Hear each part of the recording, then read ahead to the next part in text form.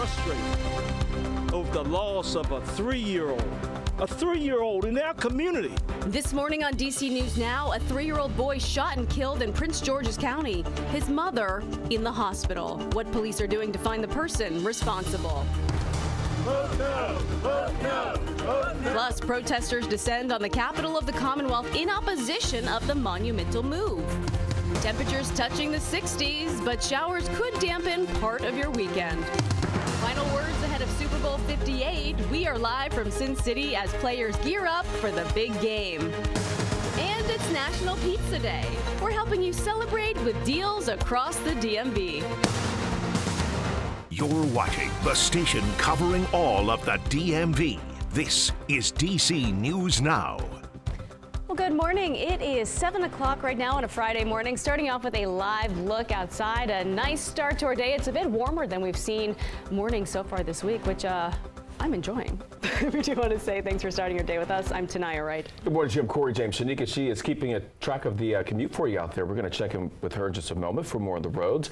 Jackie is monitoring the forecast. And how are things starting off on this Friday morning? Yeah, not too bad. I mean, like Tanaya mentioned, it's a little bit warmer out there. This morning we'll continue that warming trend through the day with highs back in the 60s. Yeah, it's going to feel more like mid to late March as opposed to early February later on today. Those current temperatures as you're stepping out, upper 30s to low 40s. That's about 10, even close to 20-degree difference from yesterday morning for parts of our area. Do see a few showers on the map. These are very, very light, and they're mainly back over towards parts of western Maryland, the eastern panhandle, also starting to pop up right along the Blue Ridge there in Virginia. Aside from that, we will continue to notice drier conditions, and those showers will fade away behind that line of some broken showers. We do have a gradual clearing that will move in, so out there this morning, clouds, but we'll see a little bit more of the sunshine later on, allowing these temperatures to pop up back in the 60s later on this afternoon. A little bit cooler, though, for our coastal communities in Maryland. I'll have more details with the rest at 7 day, but Shanika's back with a look at those roadways. How's traffic? All right, you're at the top of the 7 o'clock hour. Things are getting really busy out there. We're going to start in Maryland, Prince George's County.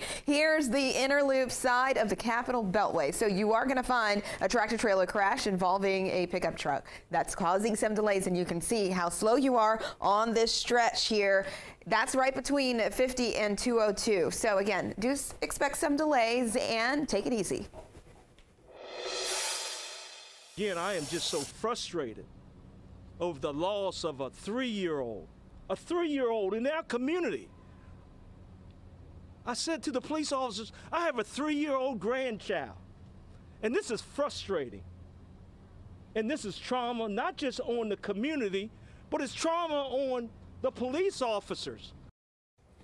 In a heart-wrenching story coming out of Prince George's County, a child is dead after a shooting yesterday. That toddler's mother was also shot. DC News Now's Candace Cole is live in Langley Park this morning. And Candace, a lot of pain from the community stemming from all of this. That's right, Corey and Tanaya. The community and police who had to respond have been left reeling after a shooting here in Langley Park near the apartments that you can see over here left a 3-year-old boy dead. His mother also shot. She is in the hospital recovering, said to be in stable condition. Prince George's County police say officers were already in the area when they responded to shots fired in the 1400 block of Kanawha Street around 5:30 Thursday afternoon. Once on the scene, officers found a mother and her son both suffering from gunshot wounds. The boy was later pronounced dead at the hospital. Police say it's unclear what they were doing at the time they were shot or who may be responsible. During an emotionally charged press conference, Barry Stanton, Deputy CAO of Public Safety, spoke to the trauma faced by the families and communities every day over, quote, gun violence that is totally unacceptable. Police are now urging the community here to come forward with information. Somebody knows who did this. Somebody in this community knows who did this. So I'm asking each and every one of you to contact your friends, your family, and anyone else. This isn't about snitching. This is about justice for the victims. Now, a $25,000 reward is being offered by Crime Solvers for any information leading to an arrest in this case, and we will, of course, bring you the latest updates as we get them. Reporting live in Langley Park, Candace Cole, D.C. News Now. Thank you, Candace. Well, developing now, Maryland youth detention facilities are facing 63 new child sexual abuse claims. Now, this brings the total number of victims to 200. The latest lawsuit was filed yesterday on behalf of the 63 plaintiffs. The suit claims sexual abuse took place at 15 different juvenile detention centers. Some of those centers have already closed down. Last year, Maryland lawmakers removed the statute of limitations for child sexual abuse lawsuits. 4 people are facing charges for a string of home robberies in Fairfax County. In December, police started searching for the Rose Ruse burglars. Now, this group is accused of going door to door pretending to deliver flowers. Officials say if no one answered the door, the suspects would then break in and steal items. Detectives were able to track the suspects to Georgia.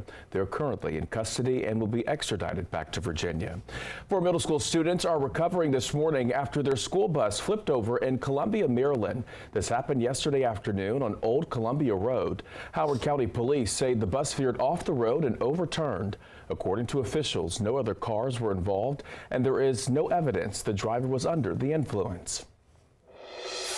In Montgomery County, leaders from the school district and the council met to discuss the Jackson Lewis report. Now, the report details the school system's failures to conduct investigations into employee misconduct. The school board released a less redacted report before that meeting. Back in August, the Washington Post published a story detailing allegations against then Principal Joel Beidelman.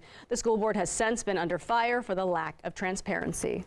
I do want to say that we are building our capacity by adding more staff because we need help in order to do our jobs effectively. And I'm going to push back. You don't have a staff issue. What you have is what you have is an attitude.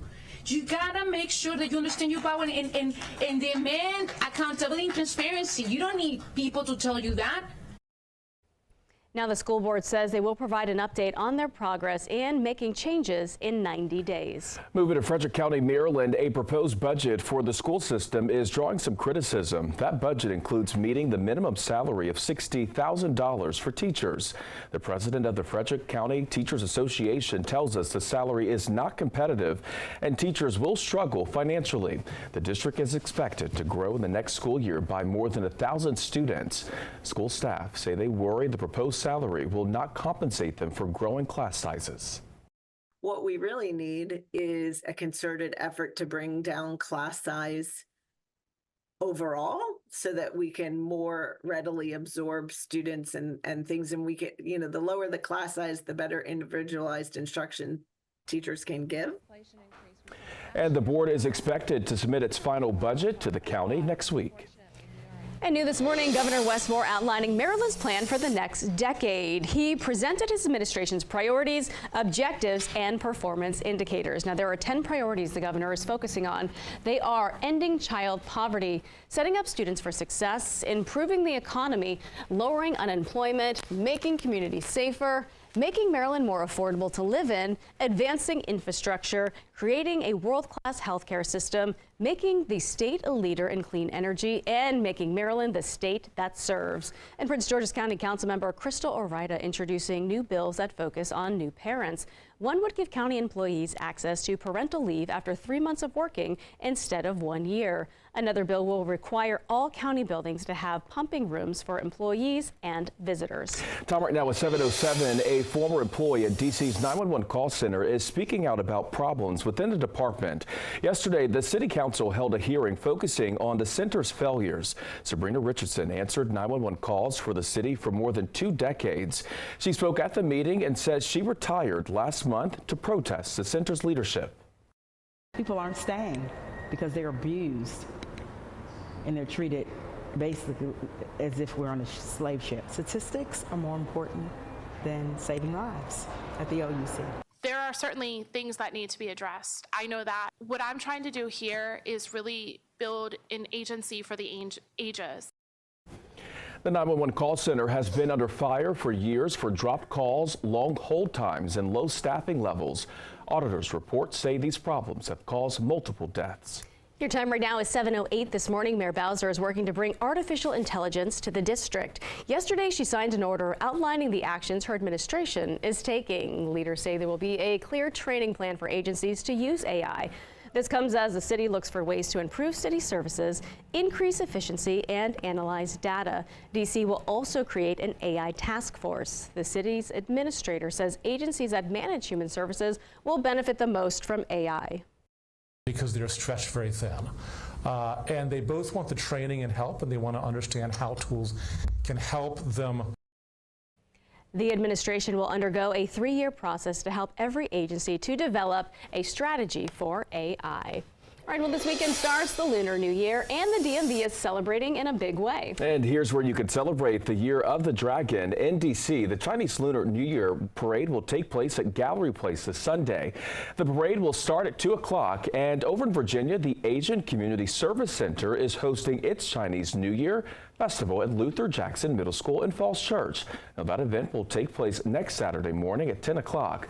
And in Maryland, China Garden is hosting a Lunar New Year banquet in Rockville. The banquet will take place next Saturday evening at 6 o'clock. And speaking of celebrations, Mardi Gras is next week. D.C. will have a parade at the Wharf that is going to be tomorrow afternoon at 3. In Maryland, Brewers Alley in Frederick is hosting a Mardi Gras bash tomorrow night at 9. In Virginia, Lost Boys Cider in Alexandria is having a masquerade party. That is tonight at 9. Tickets cost $25. Right, your time.